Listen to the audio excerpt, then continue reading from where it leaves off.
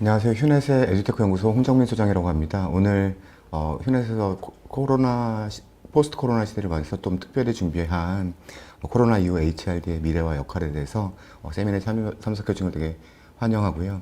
전체적인 세션 프로그램은 제가 한 1시간 정도 HRD의 변화에 대해서 코로나 이후 디지털 HRD의 가속화라는 주제로 먼저 말씀을 드리고요. 한양대학교 송지훈 교수님께서 그 다음 바통을 이어받아서 앞으로 그러면 코로나 이후에 HRD 역할은 무엇인가라고 이제 정리를 해주실 예정입니다. 되게 함께 그냥 고민하고 인사이트를 나누는 시간이 되었으면 합니다.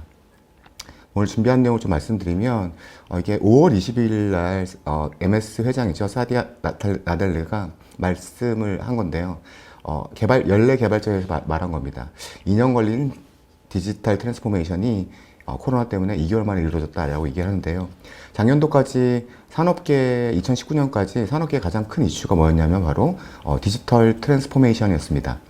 그런데 이게 보통 2, 3년 정도를 보고 기업들이 되게 추진해 나갔었거든요. 근데 올 초에 이제 코로나가 터지면서 속도가 되게 빨라진 경향을 보이고 있습니다. HRD도 마찬가지지만 결국 HRD도 작년에 이슈가 됐던 게 전 산업이 디지털 트랜스포메이션 되듯이 HRD 디지털 트랜스포메이션도 상당히 이슈였거든요. 근데 이게 좀 장기적인 관점 아니면 3에서 4년 정도의 관점으로 계속 변해 나가려 하다가 올해 이제 코로나19가 터지면서 이게 점점 HRD 디지털의 가속화가 이루어지는 경향을 보이고 있습니다. 그리고 또한 최근에는 아예 그냥 오프라인 연수원 아예 합숙 교육이 되지도 않고 오프라인 교육을 축소시키다 보니까 HRD 방식의 좀 새로운 판으로 이동하는 변화가 많이 보이고 있다는 거죠. 그래서 전체적인 변화에 대해서 키워드 5개를 가지고 오늘 좀 설명을 드릴까 하는데요. 첫 번째가 바로 언택트입니다. 일단 오프라인 최소화, 비대면 시대라는, 그리고 비접촉의 시대라는 면에서 과연 꼭 필요한 오프라인 교육 어떻게 최소화할 거냐 이런 말씀을 좀 드릴까 하고요. 그리고 두 번째는 러닝 인 더 워크프로라고 해서 올 초에 ATD TK에서 가장 큰 좀 이슈가 됐던 단어거든요. 근데 이 단어가 조금 더 빠르게 지금 좀 가속화되고 있다라는 거죠. 또한 컨텐츠적인 측면에서는 결국 학습이 아니라 다양한 학습 경험, 러닝 익스피리언스를 어떻게 맞춤형으로 그리고 이것을 어떻게 몰입할 수 있게 이런 식으로 해서 자기주도 학습으로 어차피 가야 되는 상황이다 보니까 자기주도 학습 생태계를 넘어서 통합적 러닝 익스피리언스 플랫폼 쪽으로 이렇게 이동하고 있는 모습들을 보이고 있다라고 말씀드릴 수 있을 것 같습니다. 그래서 각각의 그 키워드별로 조금 더 저희가 실무적으로 활용할 수 있는 것들에 대해서 아니면 실사례들을 통해서 인사이트를 공유하고자 합니다. 네. 지금 채팅창을 되게 보고 있고요. 혹시 중간에 질문 있으시면 남겨주시면 제가 아는 선에서 바로바로 말씀을 드리도록 하겠습니다. 첫 번째 키워드는 언택트입니다. 가장 지금 이슈가 되는 단어죠. 컨택트의 반대말로 새로운 신조어로 생겼는데요. 결국은 컨택트 시대에서 언택트로 가다 보니까 현재는 가장 좀 우리 HRD적으로 봤을 때 디지털 트랜스포메이션을 되게 속도를 아까 사디아 나델라 회장이 말했던 것처럼 되게 빠르게 지금 가속화시키고 있다는 게 특성이고요.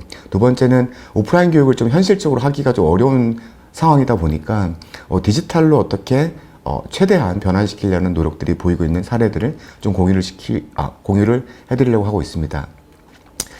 이게 디지털 시프트라는 조지 벌신닷컴에서 발표한 자료인데 2009년도만 해도 미국 북미 시장 같은 경우는 거의 77%가 오프라인 교육이었습니다.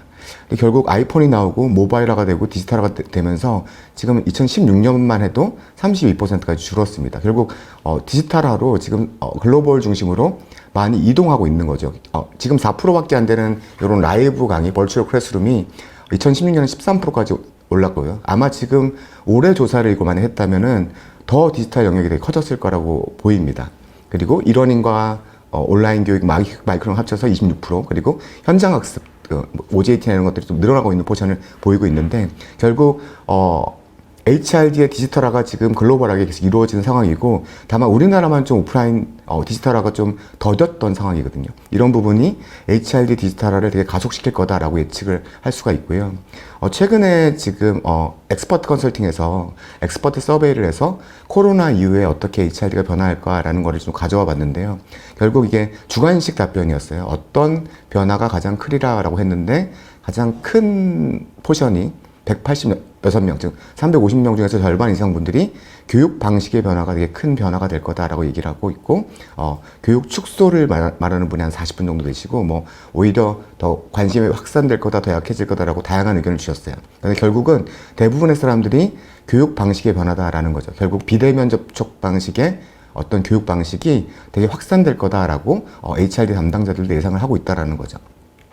그러면 어떤 방식으로 변화해 나가냐 하면 결국은 오프라인 교육이 가지고 있는 되게 훌륭한 요건들, 상호작용이 가능하고 또한 최신 컨텐츠가 전달이 가능한 것들을 어떤 디지털 기술들이 이거를 대체할 수 있느냐라는 요소별로 좀 변해가는 입장인 것 같습니다. 그래서 좀 상호작용이 좀 낮고 그리고 컨텐츠가 최신이 아니어도 오래 쓸 수 있는 거면 투자가 좀 많이 들어가는 이러닝이나 마이크로러닝 쪽으로 대체하는 경향이 많고요. 그리고 최신 이슈 같은 경우는 이렇게 지금과 같은 형식의 라이브 클래스룸을 쓰는데 현재 줌이나 유튜브 라이브 스트리밍 양식의 이런 형이 있고 조금 더 상호작용이 높은 웹엑스, 시스코의 웹엑스나 어도비의 커넥트를 쓰는 형식도 있습니다. 요 줌과 시스코 웹엑스의 좀 가장 큰 차이는 상호작용이 되게 다르다는 점인데 그냥 대표적인 예로 들면 줌 같은 경우는 이게 그룹 토의가 가능하지 않잖아요. 근데 시스코 웹엑스나 어도비 커넥트 같은 경우는 이게 그룹 토의도 가능하고 다양한 그 상호작용 활동들이 되게 오프라인 활동에서 거의 비슷하게 이루어질 수 있도록 구성이 되어 있습니다.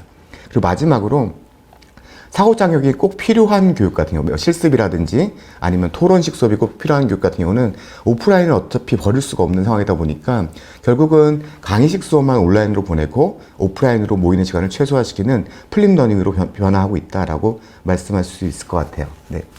바로바로님이 국내 자료도 좀 있었으면 좋겠다고 했는데 국내 조사 자료가 좀 없어서 저희가 휴넷이 여력이 닿는다면 이런 부분도 한번 조사해서 발표를 할 수 있도록 하겠습니다. 네. 지금 북날리지? 줌도 소그룹 회의 예설을 통해 가능은 하는데 여기에 웹엑스 같은 경우는 서로 그 화상 언어로도 통화가 가능해요. 그리고 실제로 강사가 그 방마다 들어가서 그 개입이 가능합니다. 그래서 조금 더 줌보다는 줌은 약간 단순한 정도라면 되게 좀 고급의 기능들을 할 수 있다라고 말씀드릴 수 있고요. 네. 40대 이상의 직원들 거부감이 맞는 것 같습니다. 그런데 결국 이 40대 중반만 모아서 오프라인 하기가 더 힘든 상황이잖아요. 그래서 오프라인을 최소화하되 꼭 필요한 교육은 하셔도 되는데 그런 부분은 좀 있는 것 같습니다. 플립러닝은 지금 향후에 제가 설명드리도록 하겠습니다. 버추얼 클래스룸이라 해서 지금 특성들이 나오는데요. 이러닝과 가장 큰 차이는 뭐냐면 어싱크로너스라 아니면 싱크로너스입니다. 즉 버추얼 러닝 같은 경우는 결국은 실시간이 가능하다라는 거거든요. 그래서 실시간으로 오프라인에 하는 상호작용이라든지 화상교육이라든지 해서 지금 옆에 보시면 이러닝과 좀 다른 점은 강사의 얼굴도 나오고 있고 학습자의 얼굴도 나오고 있고 지금과 같이 이렇게 채팅창이 되게 올라갑니다. 그리고 여기에 PPT에다가도 글도 쓸 수 있고 다양한 커뮤니케이션을 할 수 있죠. 근데 이게 이러닝과 버추얼 클래스룸이 되게 어느 게 더 우세하다라고 말씀드리기보다는 각각의 요소에 맞는 교육을 쓰는 경우가 되게 많거든요. 그래서 조금 더 버추얼 클래스룸이 좀 가능한 경우가 꼭 알아야 하는 교육, 그리고 내용이 좀 복합적일 때, 그리고 협업의 효과가 중요할 때 상대적으로 이런 경우에 버추얼 클래스룸을 쓰시면 좋을 것 같고요. 실제 사례들을 좀 말씀드리면 A병원 임상연구보호센터에서는 결국 직무 관련 교육을 아무래도 의료직에 계시다 보니까 반드시 해야 되는데 이런 부분을 아예 그냥 라이브 스트림으로 대체해서 이렇게 뭐 도구 같은 거 있잖아요. 이렇게 실제 의료 도구를 실제 이렇게 라이브로 보여주면서 각각의 실습을 하는 유로 하는 경우였고요. B사 같은 경우는 신제품 제조 매뉴얼 교육이었는데 어떤 거냐면 빙수라든지 음식 상품들을 만드는 교육이잖아요. 이거를 같이 이제 아예 그냥 이렇게 요리실 같은 데서 모여서 일부는 약간은 오프라인을 하고요. 나머지 전국 매장의 점주들과 점원들에게 라이브로 방송을 한 거죠. 그래서 이렇게 어떻게 만들 때 뭐 특성이라든지 그걸 영상으로 상세히 보여주면서 교육을 한 겁니다. 근데 실제로 반응이 되게 폭발적이었다고 해요. 왜냐면은 과거에는 점주나 점원들을 다 서울로 불러 올리거나 아니면 내려가서 교육을 했어야 되는데 지금은 이걸로도 충분히 가능했더라는 얘기죠. 그리고 A생명사 같은 경우는 생명사 보험사 같은 경우는 흔히 신상품 교육이라든지 보험 상품 교육 같은 경우는 많이 이렇게 지점에 모아서 단체 교육을, 집합교육을 완시키는데 이런 경우 같은 경우도 똑같은 거죠. 아예 전국구로 확산해서 신상품이 나왔을 때는 전국에서 다 접속을 해서 교육을 시켰더니 되게 만족도가 좋은 경우입니다.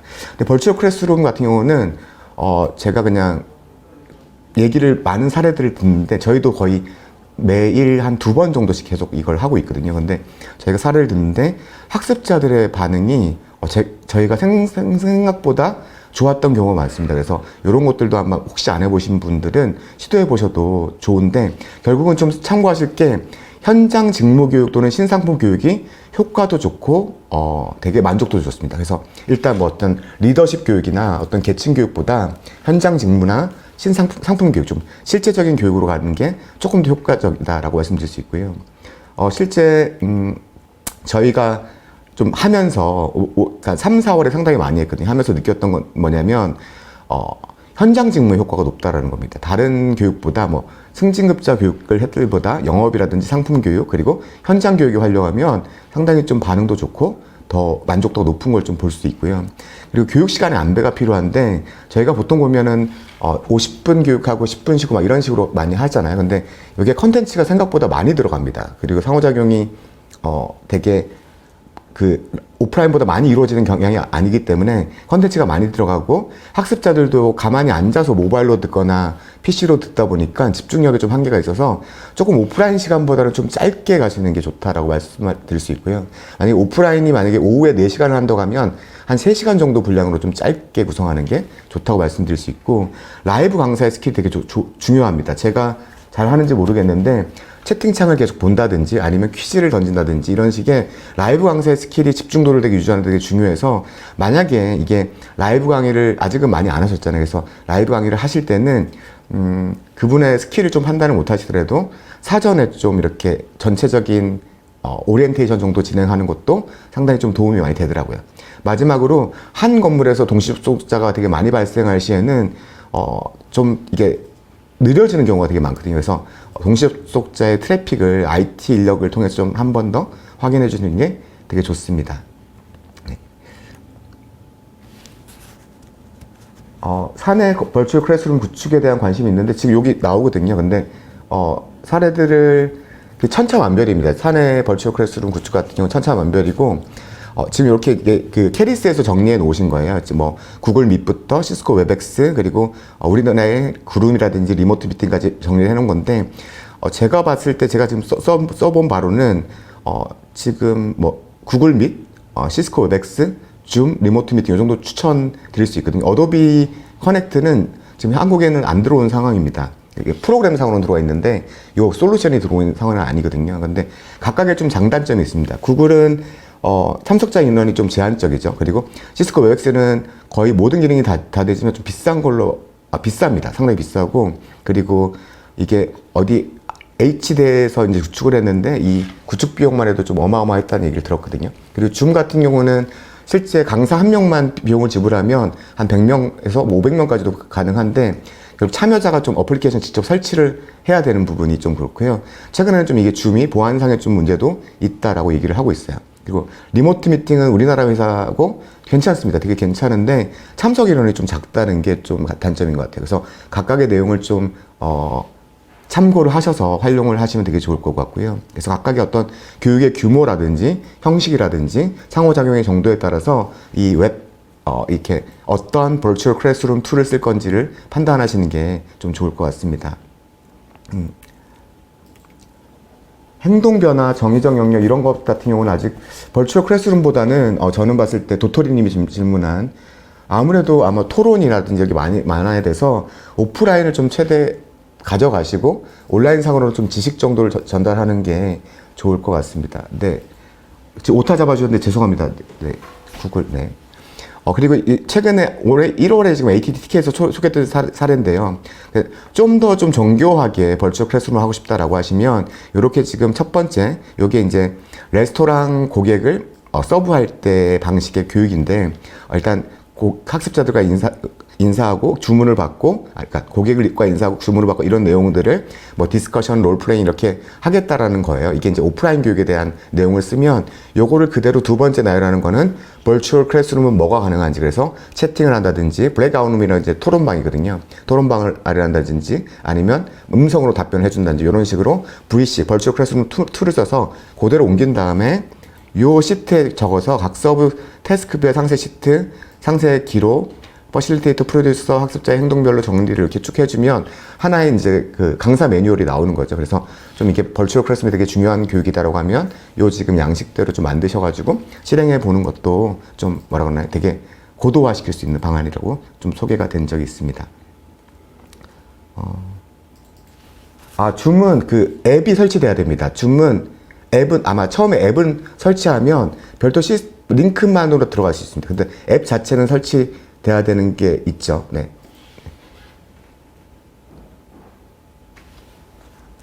지금 네 맞습니다. 찌니아님이 대면 교육의 장점이 반드시 존재하고요. 지금 그 얘기 드릴 겁니다.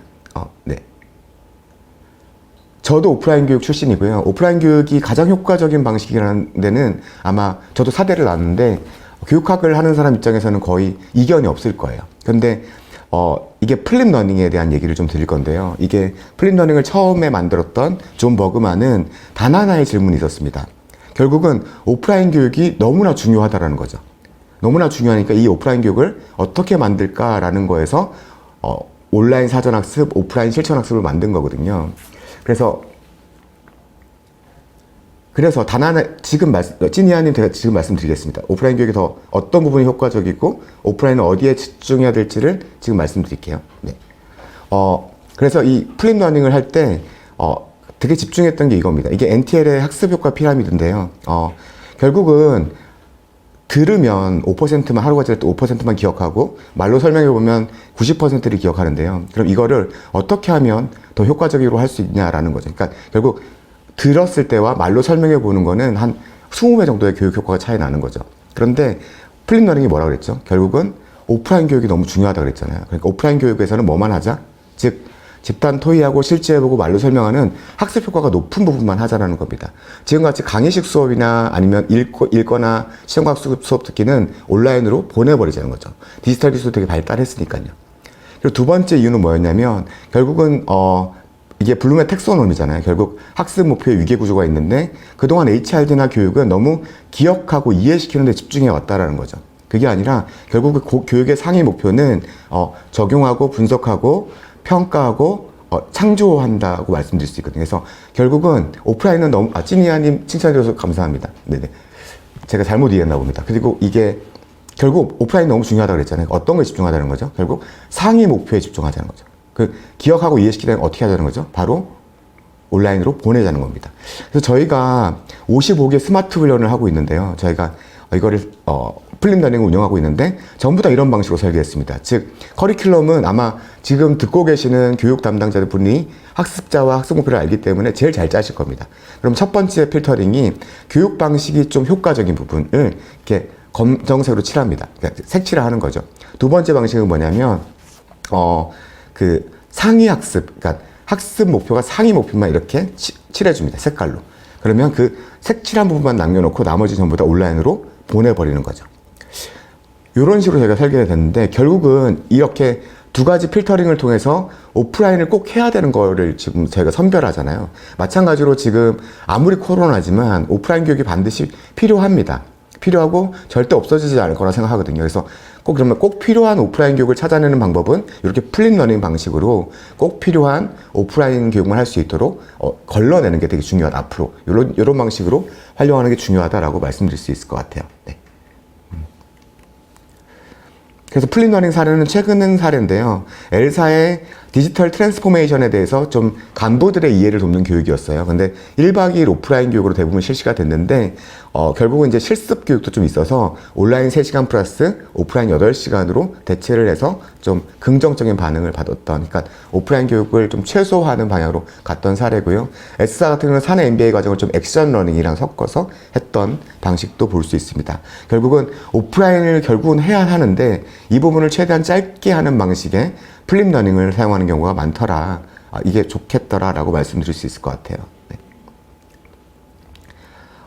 두 번째 키워드는 Learning in the Work Flow입니다. Learning in the Flow of Work이라도 많이 쓰이는데요.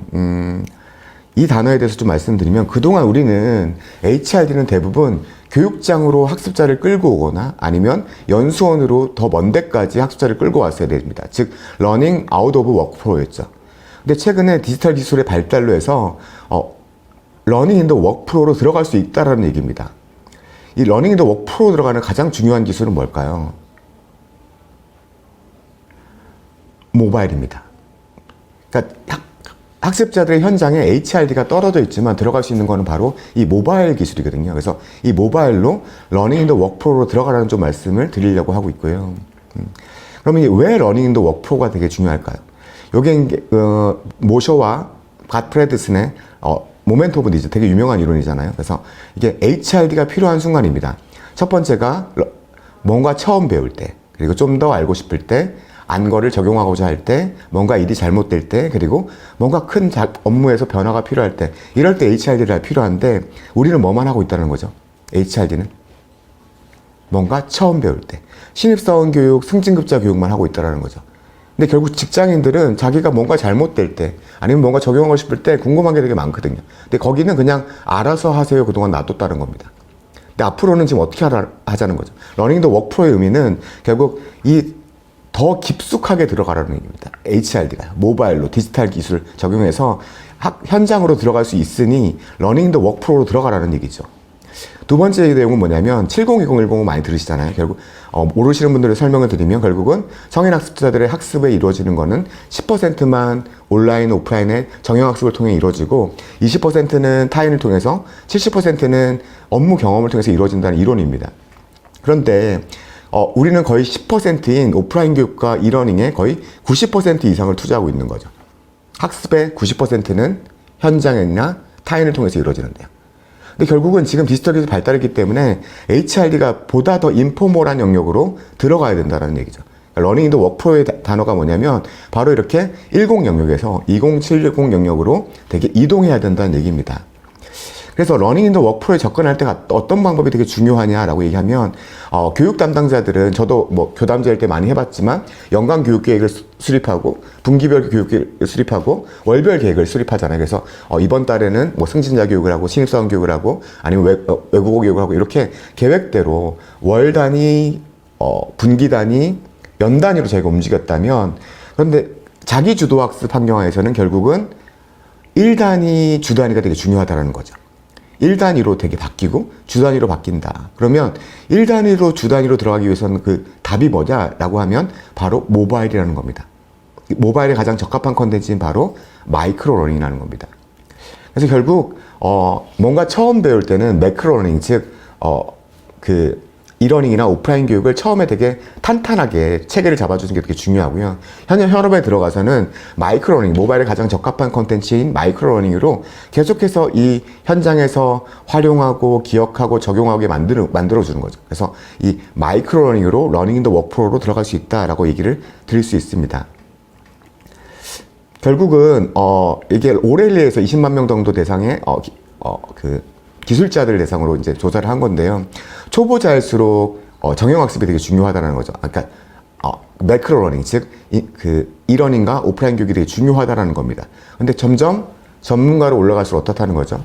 결국 좀 언스트럭처드 컨설트, 그러니까 마이크로 러닝이 되게 중요하다는 겁니다. 결국 원포인트 코칭이 중요하지 전체를 이 사람들은 체계를 잡을 필요가 없다는 얘기입니다. 그래서 요 두 부분을 현장에 들어가기 위해서는 되게 적절히 섞고 아직은 마이크로 러닝이 되게 부족하니 결국 전문가라든지 좀 더 고급 관리자들한테 마이크로 러닝으로 들어갈 수 있는 방법들을 고민하는 게 중요하다라고 말씀드릴 수 있을 것 같아요. 국내 마이크로 러닝 사례인데요. 일단 이러닝 사이트에 대해서 되게 땡땡카드사에서 불만족이 되게 심했습니다. 거의 한 70%가, 69%가 불만족이었고요. 뭐, 컨텐츠 디자인, 편의성에 대해서 전반적으로 좀 약간 만족도가 낮게 나왔고, 정성적 의견 또한 마이크로러닝, 즉 모바일에 적합한 마이크로러닝을 도입해달라라는 이야기가 있어서 결국은 정형학습 중심에서 마이크로러닝으로 좀 바뀌었던 사례였어요. 그런데 한 2년 전 사례인데도 불구하고 결국 마이크로러닝의 모바일 중심의 UI, 뭐 전반적인 개선이 있었지만 주는 마이크로러닝으로 바뀌었는데 결국 870%가 증가하다는 거죠. 접속률이요. 그래서 만약에 혹시 이러닝 지금 정형학습 안 듣는다, 아무리 뭐 지금 매일 보내도 안 듣는다라고 하면 마이크로러닝 요소들이 좀 중요하지 않을까? 한 번 정도 생각해 보시는 것도 되게 좋아할 것 같습니다. 네. 여기 제가 20대 신입사원 교육도 집합 교육도 좋아하네요. 네. 뭐 전반적으로 그 집합 교육도 되게 중요하고 마이크로러닝도 중요하고 온라인 교육도 중요하고 버추얼 클래스룸도 중요한데 그게 되게 적합한 기술이 들어가야 됩니다. 그러니까 되게 저희가 봤을 때 약재가 되게 여러 가지가 있는 거죠. 그러면 이 사람도 무조건 주사만 맞게 하는데 그동안은 이것도 오프라인 교육, 저것도 오프라인 교육, 이것 뭐 3도 오프라인 교육이었다면 그게 아니라 이 사람, 이 학습자가 학습 목표 달성하기에 이거는 마이크로러닝이 좋아. 되게 다양한 툴을 가지신다고 접근하시는 게 되게 좋습니다. 네. 그럼 마이크로러닝에 대한 팁을 좀 드리려고 하는데요. 한 4가지, 5가지 정도 가져왔는데 첫 번째가 뭐냐면 이게 마이크로러닝은 무조건 짧아야 되나? 2, 3분 내로 끝나야 되나라고 하는데 이게 동영상 마케팅 사이트거든요. 위스티아라는 홈페이지에서 이게 스팟샵2라고 이제 얘기를 하는 구간이에요. 뭐냐면 동영상을 보다가 이탈률이 1, 2분 이후로 엄청나게 떨어집니다. 그러고 나서 6분에서 12분 사이에 계속 보게 되면 안 나가더라는 거죠. 결국 아마 마이크로러닝이 뭐 5분 이내에도 3분 이내에도 되게 막 엄청 짧아야 돼요 라고 말씀을 하는데 일단 컨텐츠만 좋다면 12분까지 모바일로 학습자들이 본다는 얘기입니다. 그래서 이 시간에 그렇게 크게 부여할 필요 없이 컨텐츠가 좋다면 15분 정도로 만드셔도 상관은 없다라는 것들을 좀 말씀드릴 수 있을 것 같고요. 그리고 마이크로러닝은 동영상 컨텐츠다라고 하는데 그렇지 않아도 됩니다. 텍스트, 차트, 이미지, 인포그래픽이어도 되는데 근데 요즘 어떤가요? 지금 갓튜브라고 하잖아요. 유튜브를요. 그러니까 즉 영상을 학습자들이 너무 좋아합니다. 그리고 실제 교육학적으로도 읽는 것보다 영상을 보는 게 5배가 효과적입니다. 즉 학습 효과적인 측면, 학습 선호도 측면에서 영상을 중심으로 하시되 텍스트, 차트, 이미지, 인포그래픽은 도와주는 형식으로 하셔도 되게 좋을 것 같아요. 마지막으로 아까 3번째로 마이크로러닝이 가장 효과적인 게 아까 버추얼 클래스룸과 마찬가지로 현장 교육이 되게 효과적이라는 얘기입니다. 그래서 세일즈 교육이나 바로 업무 성과랑 연결될 수 있는 교육이 되게 효과적이라는 말씀이고요. 저희가 지금 운영하고 있는 마이크로러닝 사이트들이 되게 다양한데요. 거의 7, 80%가 현장 교육입니다. 즉, 뭐, 땡땡마트 매장직, 땡땡생명 영업교육, 뭐, 땡땡 서비스 현장 종사자 식으로 되게 현장 교육들을 대상으로 많이 실시하고 있다. 그래서 마이크로러닝 아직 도입 안 하셨다면 처음으로 도입하신다. 아니면 기존에 도입하셨던 좀 더 하시고 싶다라고 하면은 현장 교육을 대상으로 한번 해보시는 것도 사례적으로 좀 가능성이 있다라고 할 수 있고요. 그리고 요즘에는 최근에는 학습자들도 컨텐츠를 만들어내는 능력이 되게 높아요. 그러다 보니까 되게 성공 사례들이 많이 오는 게 컨텐츠도 제공하지만 학습자들이 직접 제작해서 올릴 수 있는 것까지 넣어주면 되게 이게 효과가 높아지더라고요. 이게 땡땡푸드 영양사 레시피 공유인데요. 학교마다 다 레시피가 다르잖아요. 이런 것들을 같이 올리게 해줬더니 그리고 이 영상들도 제가 봤는데 되게 잘 만듭니다. 정말로. 그러니까 이 젊은 분들이 요즘 잘 만드시더라고요. 그리고 땡땡생명의 FC별 보험금 지급 사례도 되게 다양한데 현장에서 올라오는 지식을 바로 영상으로 공유할 수 있도록 해주면 상당히 성공 사례로 등장하는 경우가 많습니다. 그래서 만약에 이렇게 마이크로러닝 도입하시더라도 현장에서 컨텐츠를 만들 능력이 충분히 있다라고 하면은 현장에 좀 이관하시는 것도 좋은 방법이다라고 할 수 있고요. 또 이제 구독 모델의 적용인데요. 최근에 뭐 넷플릭스, 유튜브 등 구독 모델을 많이 활용하십니다. 그래서 맥킨지에서는 남성의 42%가 여성 28%가 거의 3개 이상의 구독 모델을 활용한다고 하는데 이게 지금 딜로이트에서 조사한 바에 의하면 직장인이 하루 중에 그 HRD, 즉 학습에 투자할 수 있는 시간이 바로 4분이라고 합니다. 그래서 이거를 활용해서 4분만 투자할 수 있잖아요. 그러니까 요 4분을 저희가 잡아내는 거죠. 4분씩 계속 가랑비에 옷 찢듯이 계속 구독식으로 제공하는 겁니다. 그래서 여기가 지금 휴내식 서비스는 샘 서비스인데요. 처음에 들어가서 스킬셋을 구성을 하면 그 스킬셋에 맞게끔 계속해서 그 자기한테 맞는 컨텐츠를 매일 하나씩 추천해주는 서비스거든요. 그래서 인기가 꽤 좋습니다. 최근에는 저희가 요 서비스를 그냥 고용보험 환급 과정으로 만들었어요. 그래서 스마트 훈련으로 해서 중소기업은 한 5,000원, 중견기업은 한 10,000원 정도면은 다 들을 수 있도록 저희가 최근에 한 5번 정도를 저희가 고용노동부에 신청을 해서 저희가 들은 거거든요. 그래서 이게 마케팅, 리얼 마케팅 스킬이라는 과정인데 7개의 셋 중에서 2가지만 세팅을 하면 한 달 내내 그냥 마케팅에 대한 트렌드나 학습에 대해서 구독형으로 들을 수 있는 서비스에서 이런 부분 이렇게 간다, 이렇게도 인사이트를 얻으실 수 있다 생각하시면 될 것 같고요. 네. 샘프로는 네네 맞습니다. 샘프로 툴을 이용하시는 거죠. 그게 아마 영상 올릴 수 있는 거니까요. 네. 두 번째는 똑같습니다. 결국은 저희가 HRD가 학습을 했으면 이거를 기억하고 활용하게 만들어야 되잖아요. 이 기억하고 활용하게 만들어야 되는데, 그리고 결국 기억하고 활용해야 퍼포먼스를 낼 수 있는 건데, 저희는 학습에 너무 집중해 왔다는 거죠. 근데 기억하고 활용하고 이거를 퍼포먼스까지 이루어지게 하는 게 바로 러닝 더 워크프로잖아요. 이거를 위해서 뭘 또 활용한다? 바로 모바일입니다. 모바일 플랫폼들을 활용한다는 거죠. 그래서 저희 이거는 휴넷 사례인데요. 어빙하우스 망각곡선이라고 다 아시잖아요. 결국 10분이 지나면 절반 까먹고 지금 하루가 지나면 80% 이상 까먹으실 건데, 이거를 10분, 하루, 일주일, 한 달 정도에 4번 복습을 해주면 장기 기억으로 와서 내게 된다는 이론인데, 요거를 이제 적용해서 저희가 학습한 거를 기억하게 만드는 솔루션을 만든 거거든요. 그래서 좀 주요 과정들, 저희 휴넷의 주요 과정들은 이 서비스를 다 받아보실 수 있습니다. 그래서 뭐 4번 정도를 복습해서 중요한 내용들을 복습을 해서 학습한 거를 기억하게 만들고, 때로는 현장까지 활용하게 하는 휴넷 LRP라고 러닝 인포스먼트 프로그램이라고 해서 이 프로그램을 지금 사용하고 있고요. 해외 사례인데, 여기 작년도에 나왔던 ATD 아이스, 5월에 있었던 아이스에서 나왔던 사례인데, 컴캐스트 사례입니다. 컴캐스트라는 이제 회사, 장비 회사, TV 장비 회사인데요. 여기서 이제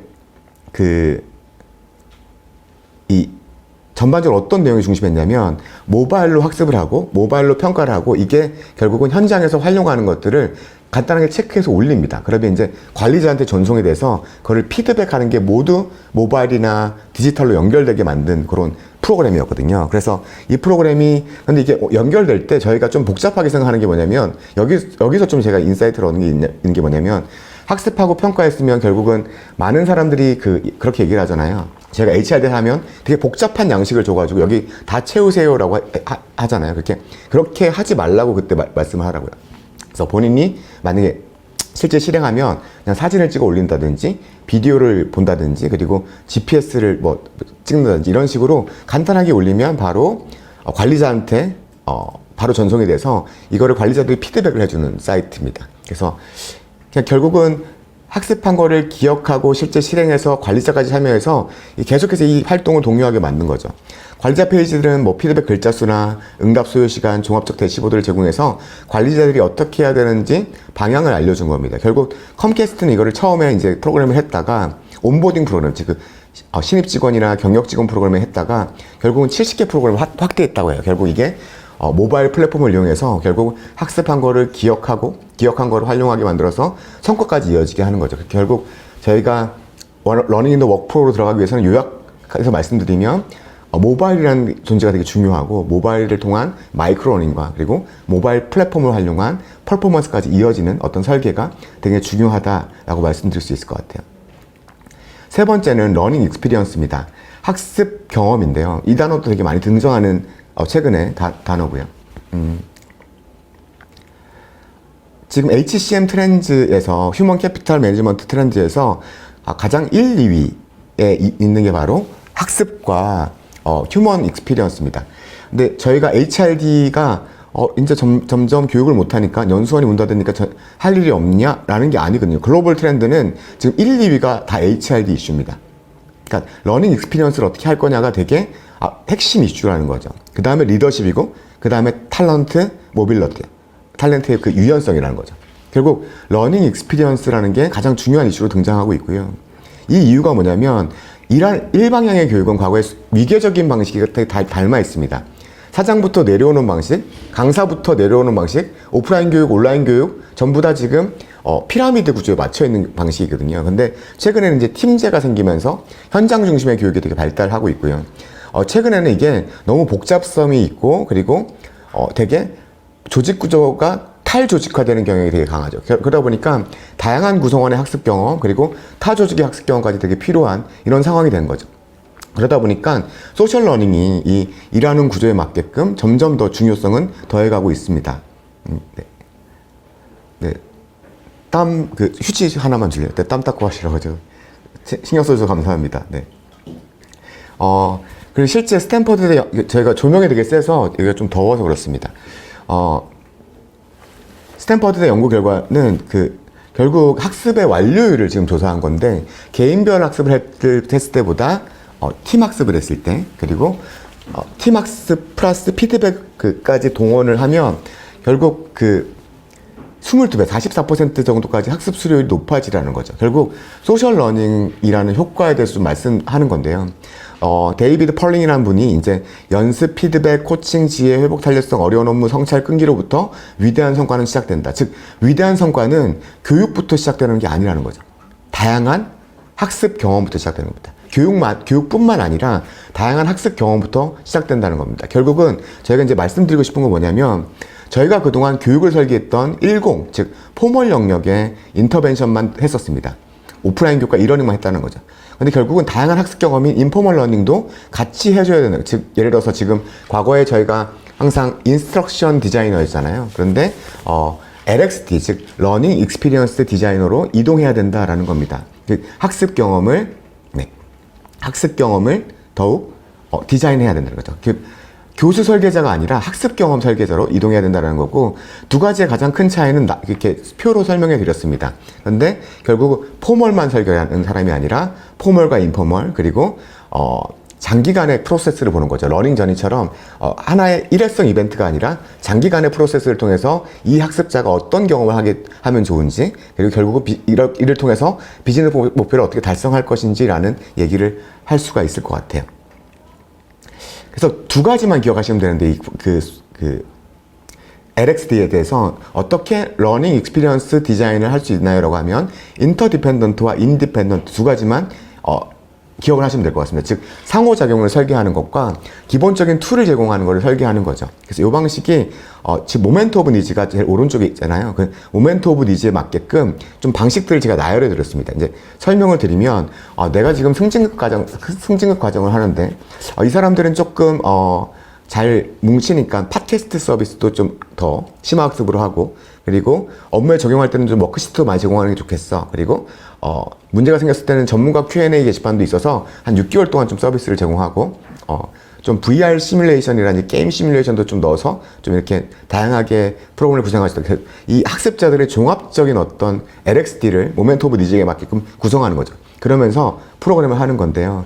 저희가 최근에 이제 저희가 작년도 이제 올해 초에 나온 LXD 모습도 좀 보여드릴 건데, 여기 이제 세맥스 사례입니다. 세맥스가 세계 제2위에 해당되는 건설 자재 회사라고 하는데요. 여기서 이제 결국은 소셜 러닝을 설계해야 되겠다, LXD로 가야 되겠다 해서 디지털 트랜스포메이션이라는 정형학습, 그리고 온보딩 프로그램, 그리고 리더십, 이렇게 다양한 직군별로, 다양한 내용별로 해서 결국은 소셜 러닝을 설계할 방식입니다. 디지털 트랜스포메이션은 주로 지식 전달이니까 인디펜던트적인 요소들, 즉 기본적으로 제공하는 요소를 많이 넣었던 사례고요. 온보딩은 좀 인디펜던트와 인터디펜던트를 좀 적절히 조화롭게 섞인 거고, 리더십 쪽은 아무래도 인터디펜던트 중에서도 좀 커뮤니티를 구성해서 서로 배우게 하는 게 되게 중요하다 해서 약간 요 뒤쪽을 좀 강조한 케이스라 보시면 될 것 같아요. 그래서 이런 식으로 설계를 하시면 되게 종합적인 LXD를 접근할 수 있다라고 할 수 있고요. 앞으로는 이렇게 계속해서 방향을 나아가시면 되게 좋을 것 같다고 생각을 할 것 같습니다. 네. 교육 담당자 못해 먹겠다고 하시네요. 저도 진짜 점점 더 힘들어지는 것 같습니다. 근데 저희가 HRD를 더 좋게 만들려면은 지금 정말 정신 바짝 차리고 해야 될 것 같아요. 제 개인적인 생각입니다. LXD의 모습인데요. 지금 저희 랩스에서, 휴넷에서 최근 나온 LMS 랩스에서 LXD 모습, 그러니까 지금 되게 힘드신 거잖아요. 그래서 좀 쉽게 디자인, LXD, 러닝 익스피리언스를 설계할 수 있도록 만들어 드린 거예요. 그래서 위쪽을 보시면 온라인 교육, 오프라인 교육, 마이크로 러닝, 유튜브, 아티클, 소셜 러닝, 진단, 이런 것들을 쭉 보실 수 있고요. 클릭을 하면 유튜브 강의가 나오고, 이걸 그냥 드래그 앤 드롭으로 이렇게 끌어당기시면 됩니다. 그래서 프로그램을 하나 생성하는 거죠. 즉, 온라인이나 오프라인 교육이 아니라 요런 다양한 학습 경험들을 다 총합을 한 곳에 모아놓을 수 있는 LX 디자이너를 저희가 LXD 메이커라고 하는데요. 러닝 익스피리언스 디자인 메이커인데, 요거를 이렇게 저희가 지금 가능한 기능입니다. 휴넷 랩스에서요. 그래서 여기 지금 실제 구현되는 모습이고, 결국 이렇게 끌어다 당겨 놓으면 이렇게 사이트로 표현이 됩니다. 그래서 뭐 신입사원 교육에 정형학습은 이렇게 하시고 소셜러닝은 게시판과 이렇게 구성을 할 수 있고, 요거를 또 드래그 앤 드롭으로 이렇게 그 디자인도 자유롭게 교담자분들이 고칠 수가 있어요. 요거를 흔히 이제 협의의 러닝 익스피리언스 플랫폼이라고 얘기를 하는데요. 결국 이렇게 통합적인 플랫폼으로 되게 발달해 나갈 거다라고 말씀을 드릴 수 있을 것 같아요. 네. 마지막으로는, 그러니까 지금 네 번째 키워드는 그 라이트 사이즈 피스 1이라는 부분에 좀 말씀을 드리려고 합니다. 어댑티브 러닝이라는 부분인데, 올해 작년 초죠. GSS라는 이제 유럽 기구입니다. 유럽의 조사 서베이인데, 여기서 이제 조사한 거에서 HRD의 가장 변화 중에서 가장 큰 게 뭐냐라고 이제 물어본 거죠. 가장 그 주목해야 되는 게 가장 선호하는 교육 방식 뭐냐 했더니 1, 2, 3위가 모두 어댑티브 러닝인 거예요. 즉 맞춤형 학습 방식입니다. 즉 AI, 러닝 어널리틱스, 그리고 퍼스널라이즈 러닝. 그러니까 전부 다 개인화 맞춤화되고 있다라는 거죠. 근데 개인화 맞춤화하는 교육이 가장 효과적인 건 사실입니다. 1대1로 맞춤형 하는 게 되게 효과적이죠. 그리고 또 이게 이슈가 되는 게 뭐냐면, 결국은 지금 오프라인으로 저희가 못 모으게 되면 학습 환경이 자기주도 학습으로 갈 가능성이 높거든요. 그러면 자기주도 학습 방식에서 가장 효과적인 방식이 바로 1대1 맞춤형 학습이다 보니까 아마 점점 더 이 맞춤형 학습, 라이트 사이즈 피스 1이라는 부분이 점점 이슈화 될 가능성이 높고요. 근데 이게 꼭 뭐 AI나 빅데이터가 있어야 되냐? 그렇진 않습니다. 이게 작년도 1월에 소개됐던 사례인데, 이제 간호직을 대상으로 해서 거의 1년 안에 17.5%가 이직을 한대요. 그리고 50% 정도를 온보딩 교육으로 향상시킬 수 있다는 거죠. 그리고 심지어는 59,000달러, 그 거의 한 명의 간호사를 대체하는 비용이 어마어마하게 들어간다는 겁니다.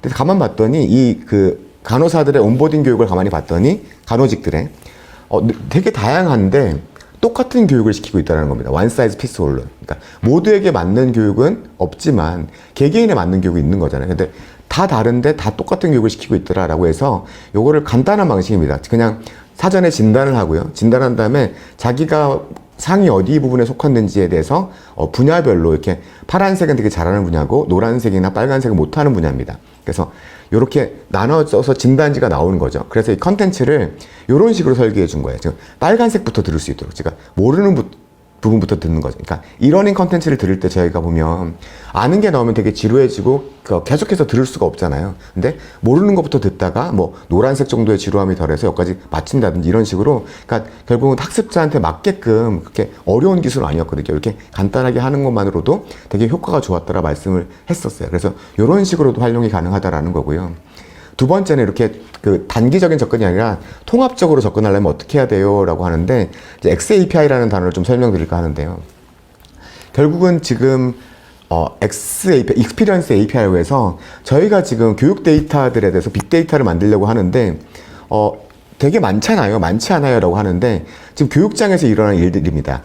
홍길동님은 과장 승진급자 과정에 입과했습니다 라는 정보를 저희는 연수원에 갔다 와서 결과 보고를 하면서 시스템에 입력을 시킵니다.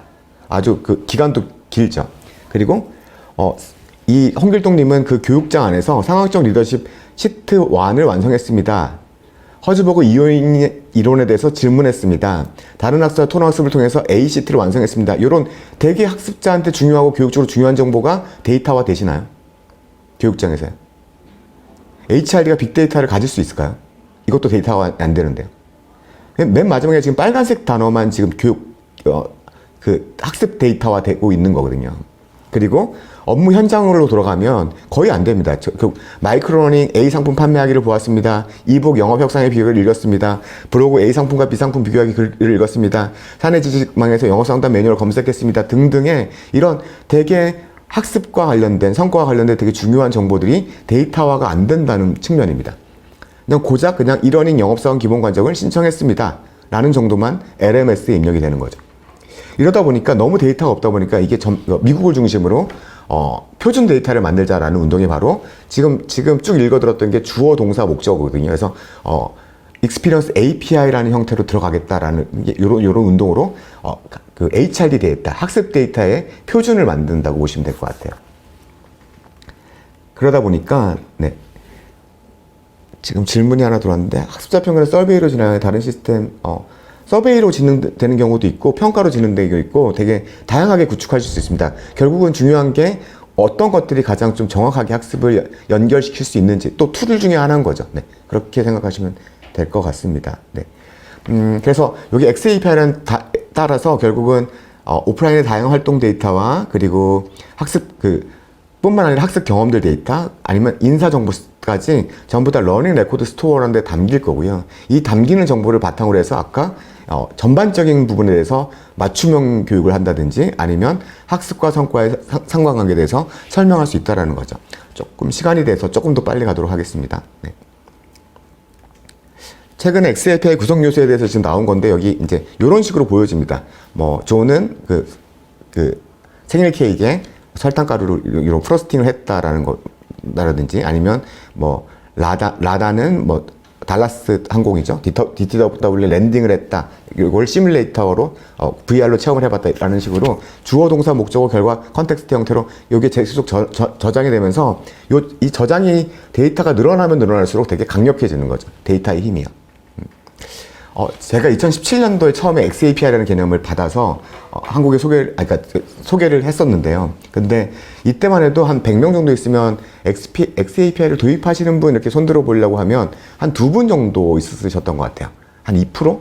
근데 지금 올해 이제 초에 ATTK에서 발표했던 건데, 기업 대상으로 설문을 했더니 거의, 30% 이상이 도입 중이라는 거죠. 그리고 5개 이상 프로젝트를 하는데도 5% 육박한다라는 겁니다. 즉 글로벌 표준으로 지금 빠르게 자리 잡고 있다라는 거고 이 XAPI나 요걸 다 모았을 때 빅데이터에 따른 AI 기술은 좀 강력합니다. 그래서 아마 지금 조금 어려우실지 있어도 좀 관심을 갖게 지켜보시는 게 되게 좋다고 말씀드릴 수 있고요. 그리고 이게 왜 XAPI가 퍼지지 않냐 했더니 결국 HRD 담당자들의 무지다라는 얘기인 거죠. 관심이 없거나 이걸 잘 몰라서 그렇다라고 얘기를 하고 있습니다. 그래서 이거 참고로 보시면 될 것 같습니다. 그리고 저희가 이제 XAPI를 바탕으로 해서 저희가 작년도에 좀 유수의 은행에 컨설팅을 했던 사례예요. 그래서 지금 이런 맞춤형 교육 이전에 지금 동일 직급 대비 HRD 인덱스를 지금 뽑아내는 이렇게 대시보드가 좀 강력하게 나오고요. 지점별로 어떻게 뭐 직무 인증 자격, 뭐 취득 현황이라든지 그리고 CDP 설정을 어떤 걸 되게 많이 했는지에 따른 거라든지 그래서 요게 이제 교담자분들한테 다 HRD 담당자들한테 보이는 거거든요. 그러니까 이거를 보고 교육 설계를 하는 거랑 그렇지 않은 거랑 되게 다르겠죠. 그러니까 데이터 기반의 학습 설계나 학습 계획을 하게끔 만들어 준다는 거의 가능성을 좀 봤고요. 그리고 마이크로러닝 사이트에 대해서 좀 맞춤형을 하는 거였는데 직무 역량에 따른 학습 추천이라든지 학습 패턴에 따른 학습 추천 그리고 유튜브도 또한 학습 패턴이 가능하게끔 저희가 좀 데이터를 정제해 왔습니다. 이게 가능한 데모 사이트까지 만들었던 프로젝트였고요. 그리고 맞춤형 큐레이션 피드백이 가능합니다. 그래서 이 학습자가 학습 경로에 따라서 어떤 내용이 지금 부족한지, 직무 적합도에 따라서 뭐가 부족한지에 대해서도 좀 정확하게 표현할 수, 제가 이제 이걸 전체적으로 개발하지 않고 데모 사이트까지 했던 컨설팅 프로젝트를 좀 소개시켜 드린 겁니다. 그래서 이런 식으로도 표현이 될 수 있다라고 참고하시면 좋을 것 같아요. 네. 맞습니다. 그래서 XAPI를 도입할 수 있는 중견 중소기업이 없어서 저희가 그래서 약간 정부 쪽에 좀 많이 제안을 하고 있어요. 그래서 저희도 계속 노력을 할 테니까 그래서 좀 중소기업이라든지 중견기업이 공용으로 쓸 수 있는 학습 데이터라든지 이런 부분을 좀 노동부라든지 산업부 쪽에 제안을 저희가 계속 하고 있거든요. 그래서 뭐 응원해 주시면 더 열심히 노력해서 같이 쓸 수 있도록 노력을 해보도록 하겠습니다. 마지막으로 이머시브 테크놀로지와 인게이지먼트입니다. 결국은 몰입에 관한 요소인데요. 이머시브와 인게이지먼트 즉 언택트 되는 환경이다 보니까 디지털 기반의 어떤 학습 동기부여가 되게 필요하다는 거죠. 그래서 게이미피케이션이 좀 약간 이슈로 등장할 가능성이 높다라고 말씀드릴 수 있고요. 그리고 결국은 컨택트 환경 안에서 학습 효과를 극대화하기 위해서는 VR이나 게임을 쓰면서 VR이나 AR을 쓰면서 이 오프라인 교육의 효과를 극대화시키려고 하는 거죠. 그러니까 컨택트 환경 하에서도 학습 효과를 극대화하기 위해서 VR, AR, 뭐 게임 같은 거를 사용하는 요소로 크게 두 가지로 보시면 될 것 같습니다. 먼저 게임 러닝과 게이미피케이션 차이인데요. G러닝이나 게임 러닝은 게임 자체가 학습이 되는 경우를 말합니다. 근데 게이미피케이션은 게임이 아니고요. 게임 요소를 활용한다고 보시면 될 것 같고 상대적으로 낮은 투자를 가지고 있다. 그래서 게이미피케이션의 대표적인 방법이 PBL만 기억하시면 되거든요. 포인트, 배지, 레벨, 리더보드 이런 식으로 그리고 또 한 가지 더 한다면 챌린지, 미션을 더하는 거죠. 그래서 포인트, 배지, 레벨, 리더보드 요 네 가지 방식 정도가 상당히 많이 쓰이는 방식입니다. 그래서 실제 H공단의 게이미피케이션 적용 사례를 보면 여기다가 지금 포인트 마일리지를 넣었고요. 그리고 여기는 지금 레벨을 넣어줬습니다. 레벨이 어느 정도. 그리고 배지를 미션을 수행하면 계속 배지를 주셨었거든요. 그래서 현재 진행 중에 있긴 한데, 그리고 여기는 되게 독특한 점이 뭐냐면 아예 포인트몰이랑 연결돼서 이게 마일리지를 받으면 아예 실물까지 구매를 하실 수 있도록까지 연결이 됐어요. 그래서 이것도 이제 되게 좀 잘 활성화가 되고 있다고 말씀하시는데, 구체적인 결과가 나오면 또 한번 공유 드릴 수 있는 그런 시간이 되지 않을까라고 말씀드릴 수 있고요. 두 번째는 이렇게 간단한 게임으로만으로도 많이 활용하는 경우 있습니다. B 리테일사에서 연수원 좀 온라인 연수원을 활성화하기 위해서 퀴즈를 풀면 복불복 이벤트를 해서 뭘 하나 타가는 형식으로 간 거죠. 그랬더니 이게 이전 대비 거의 3배 넘게 3.5배 정도가 증가했다라는 겁니다. 그래서 이렇게 재미 요소를 최근 사람들이 되게 중요하시는 경우가 되게 많으세요. 그래서 게임의 재미 요소들을 좀 활용하시면 이러닝이나 오프라인 교육, 물론 오프라인 교육도 마찬가지입니다. 그다음에 마이크로닝까지 효과를 되게 극대화할 수 있다라고 참고를 하시면 좋고요. 최근에 또 코로나 때문에 다들 우울해하시잖아요. 그래서 이렇게 HRD 부서에서 재미있게 좀 활성화할 수 있는 거 있으면 더 좋지 않을까라고 개인적으로 생각해보고 있습니다. 네, XAPI에 대해서는 지금 이현욱 팀장님이 지금 답변하고 계시니까요. 충분히 물어봐 주시면 채팅에서 답변을 하면 좋으실 것 같습니다. VR도 미국은 최근 올해 1월에 갔는데 ATTK 갔는데 VR이 되게 많이 발전을 했더라고요. 그래서 VR이 지금 DHL 같은 경우는 이게 화물 분류와 배송이 되게 핵심 경쟁 요소래요. 그래서 이게 다른데 존 스미스라는 친구와 이렇게 블랙이라는 친구가 지금 같이 다른 장소에서 VR로 접속해서 게임을 하는 방식이에요. 화물 분류와 배송 이런 업무를요. 그래서 포인트도 나오고 누가 1인지도 쭉 나옵니다. 그래서 이렇게 실무 전문용으로 가장 좀 많이 활용되고 있고요. 보통 보면 VR 교육은 이 실무용, 그러니까 전문 직무나 실무용으로 많이 쓰이고 있고, 두 번째로 많이 쓰는 데가 온보딩인데, 최근에 저희랑 하는 이제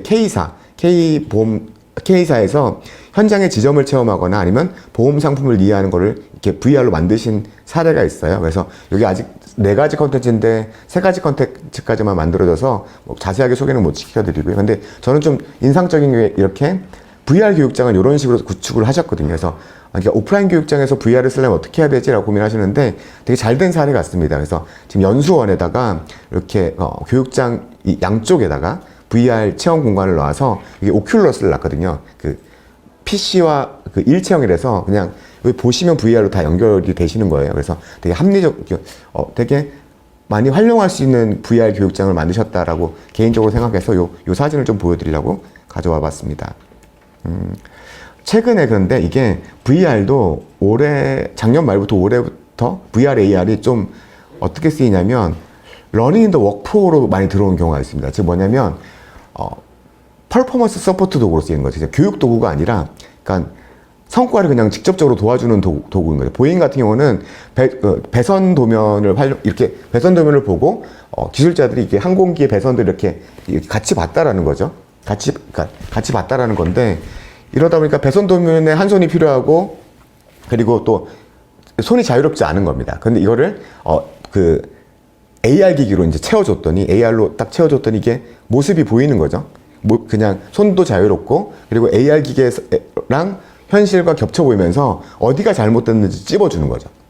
마치 좀 심하게 말하면 아이언맨의 자비스라고 하네요. 자비스처럼 되게 그냥 바로바로 도움을 주는 퍼포먼스 서포트 도구가 되는 거죠. 그런 식으로도 많이 가는 경향이 있습니다. 그리고 에어버스 같은 경우는 실제 생산 라인 내 근로자들이 본인들이 만든 컨텐츠에 대해서 이게 어떻게 비행기가 만들어질지 모르잖아요. 근데 실제 생산 라인의 근로자들이 3D를 활용해서 VR로 직접 한번 비행기를 타보는 거죠. 그래 내가 만든 게 지금 VR 현장에서 그러니까 비행기 현장에서 이렇게 구현이 되는구나 라고 하면서 결국 생산 현장이나 현업 현장을 바로바로 그냥 도와주는 툴로 되게 발전을 하고 있는 사례들이 많이 나오는 것 같아서 이게 VR도 지금 기본적인 교육에서 러닝 인 더 워크프로 쪽으로 좀 가고 있다라는 게 좀 저는 시사점이라 볼 수 있을 것 같고요.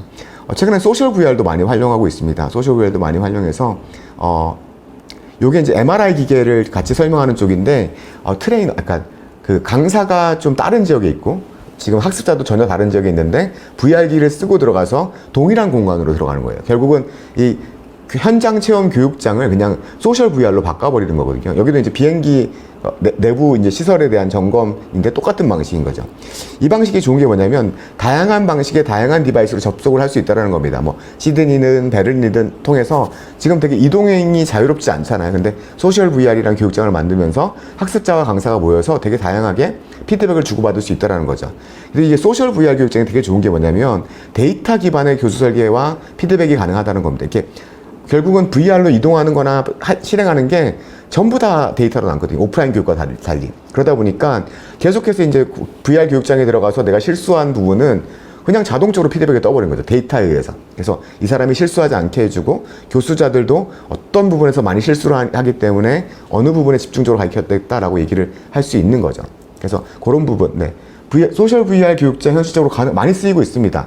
많이 쓰이고 있고 대신에 우리나라는 좀 사례가 거의 없는 것 같습니다. 제가 본 적은 없는 것 같아요. 그래서 조금 더 그렇게 나아가시면 더 좋은 방식으로 할 수 있을 것 같고요.